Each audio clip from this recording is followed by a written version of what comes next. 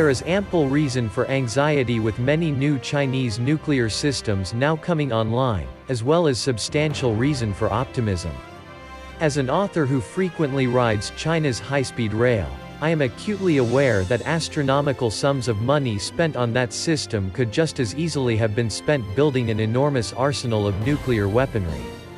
That was not done, and it's certainly good that Chinese leaders have their priorities straight. When one reads enough Chinese naval literature, diagrams of multi-axial cruise missile saturation attacks against aircraft carrier groups may begin to seem normal. However, one particular graphic from the October 2015 issue of the naval journal Naval and Merchant Ships stands out as both unusual and singularly disturbing. It purports to map the impact of a Chinese intercontinental ballistic missile strike by 20 nuclear-armed rockets against the United States. Targets include the biggest cities on the east and west coasts, as well as in the Midwest, as one would expect.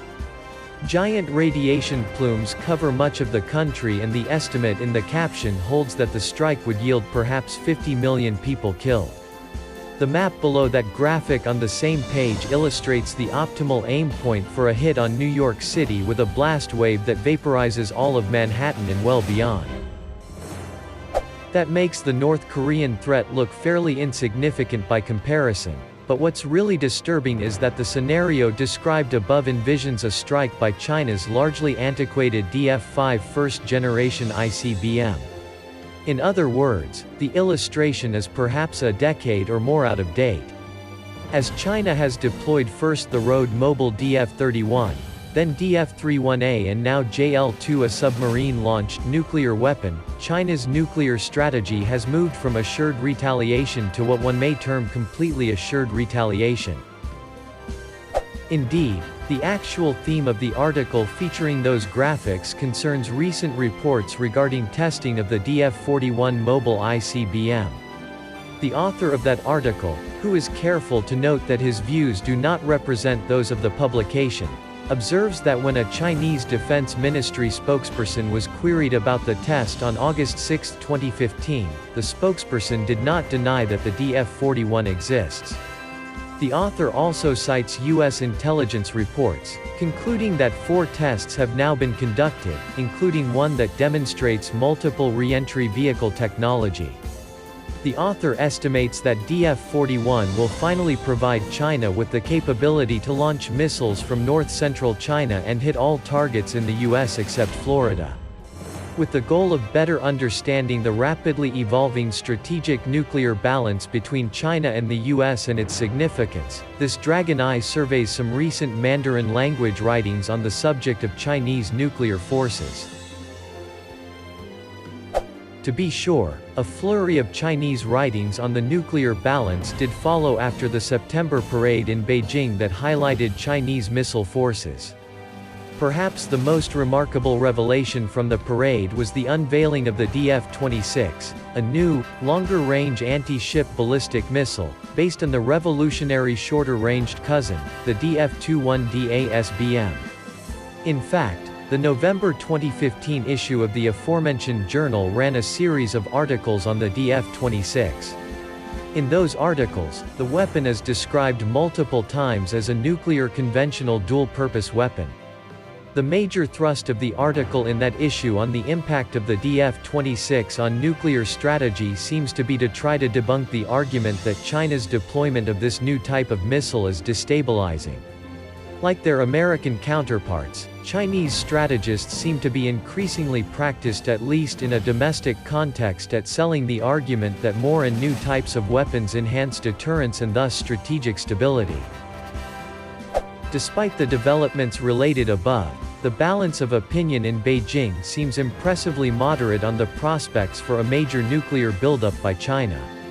In the allegedly nationalist Forum of Global Times, one commentator from the China Institute for International Studies associated with the Foreign Ministry, for example, offered a few illuminating comments about a year ago in an expert forum entitled "How Many Nuclear Warheads Are Enough for China?" He is evidently concerned that China have heard some new voices calling to build a nuclear force appropriate for a great power. Instead, He argues that China must continue to focus on building a small, elite and effective nuclear forces.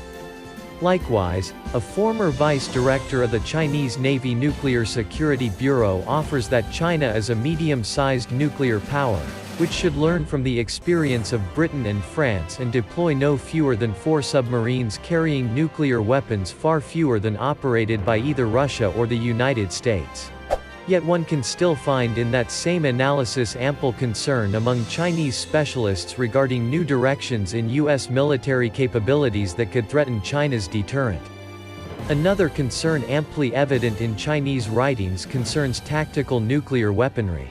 Most of this reporting of late concerns a recent upgrade to the American B-61 nuclear bomb. A full-page graphic in the same issue that discusses the DF-41 missile tests offers many specifics on the B-61, including its dial-a-yield feature that enables the operator to choose destruction on a scale ranging from 50 to 0.3 kilotons. That same month, in the magazine Aerospace Knowledge, a centerfold featured the SS-26 Iskander, a Russian short-range tactical nuclear weapon. Elsewhere, I have, moreover, documented Chinese discussions of tactical nuclear weapons for anti-submarine warfare, as well as the importance of nuclear-tipped submarine-launched cruise missile or SLCMs for strategy in the late Cold War. Let's hope that these are just academic discussions in the Chinese context and do not reflect actual weapons under development. As one can see from this discussion, there is ample reason for anxiety with many new Chinese nuclear systems now coming online, as well as substantial reason for optimism. As an author who frequently rides China's high-speed rail, I am acutely aware that astronomical sums of money spent on that system could just as easily have been spent building an enormous arsenal of nuclear weaponry. That was not done, and it's certainly good that Chinese leaders have their priorities straight. American strategists need to keep this Chinese restraint in mind, especially as they weigh both new, expensive weapons systems, missile defense augmentation, the new strategic bomber, SSBNX, and also prompt global strike and a set of measures to counter Beijing within the maritime disputes on its flanks.